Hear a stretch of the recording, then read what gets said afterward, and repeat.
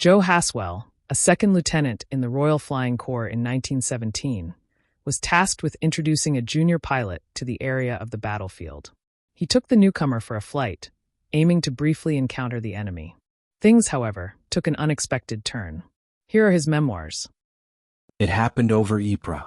I was a member of a Royal Air Force unit, 19 years of age.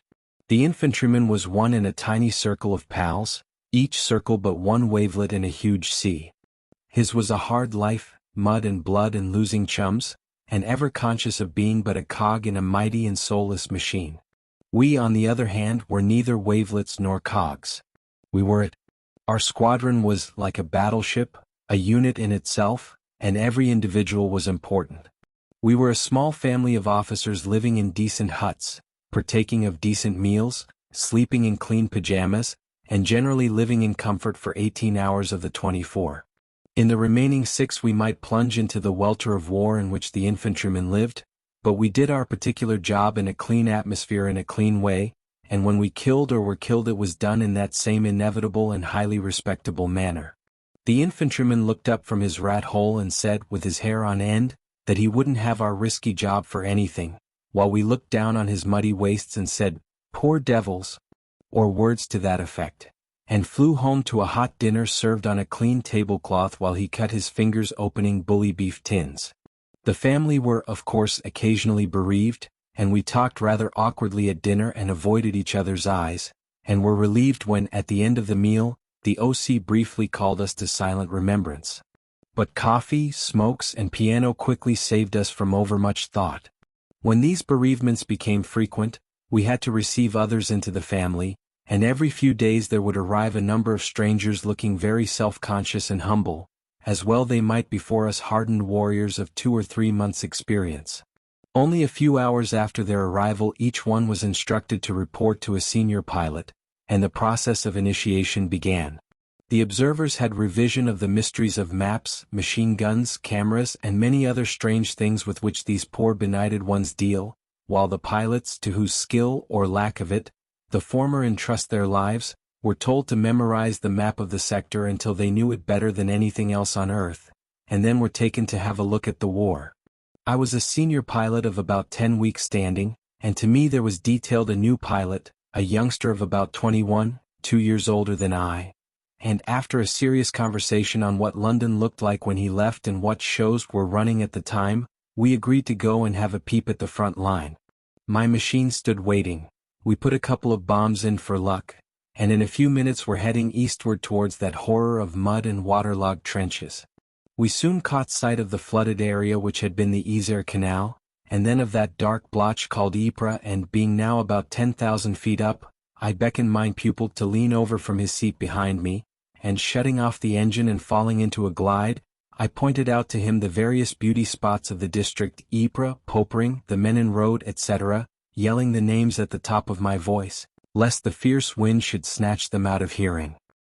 He nodded, glancing at his map, and I saw with joy that he was keen. For some little time we flew up and down the line, but keeping on our own side of it. Waved our hands to some kite balloon folk who occupied lofty positions in a row behind Ypres, while at the same time I took the opportunity to indicate the cables mooring the balloons, for it is not wise to collide with them. Then came the second stage of the initiation, to go over the line and receive a baptism of fire from Archie, the enemy anti-aircraft batteries. There is an art in this game. On a cloudy day one can hop in and out of the clouds, greatly to the annoyance of some Archie commander who, just when he has got range and direction and is about to let fly, finds that his bird has disappeared into a cloud. He fills that cloud with HE, but his quarry emerges from another nearby with a gesture of derision which the gunners below may imagine, though cannot see.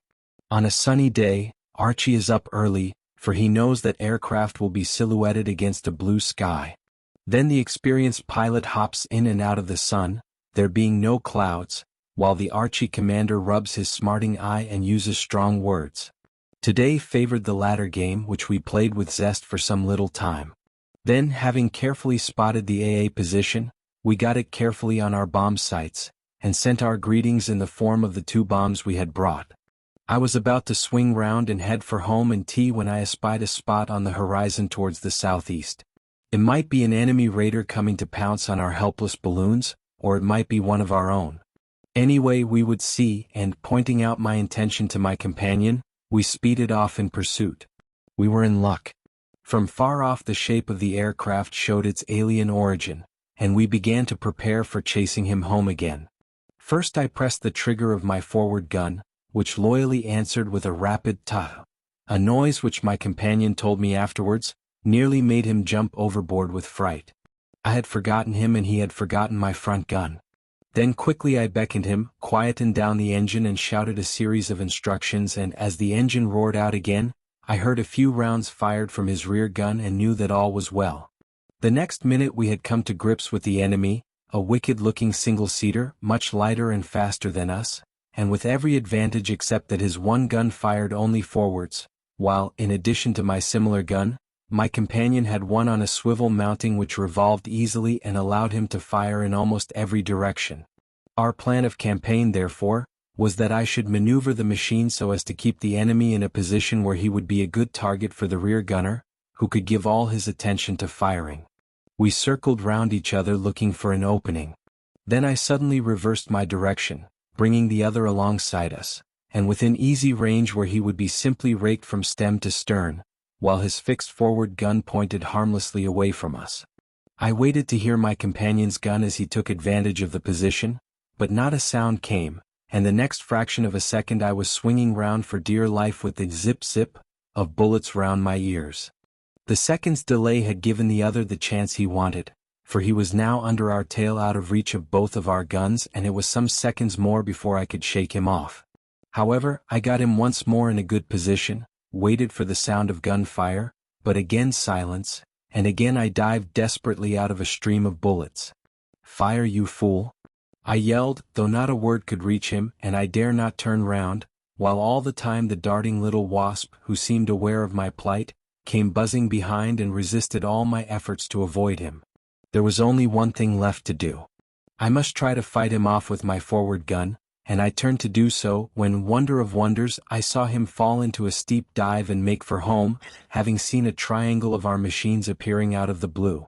And now for an explanation from this idiot behind. I spun round angrily, but words were impossible. He was sitting there strapped as usual to his seat, but with his face a mass of blood, while his gun hung uselessly from its mounting. After a rapid spin to earth and a landing at the first favorable spot, he told me what had occurred. We had not been hit by Archie's shrapnel. I had seen him quite fit after that. The disaster had befallen him before we engaged in the air duel. It was that silence after the first gun test which should have told its tale. He had decided to test the gun mount also, but being accustomed to the poorly kept machine's home, had expected to find it equally difficult to move. He had not thought that here on active service, where the space between life and death is measured in hundredth parts of a second, each mounting is kept thoroughly oiled, and will spin round at a touch. Consequently he had seized the mounting, pulled it round quickly, and the heavy gun, resenting such rough treatment, had revolved on its easy bearings, and had smitten him violently over the head, knocking him out completely. Well might I have waited for the sound of his gun. He had not even been aware of the fight. I hope you enjoyed. Until next time.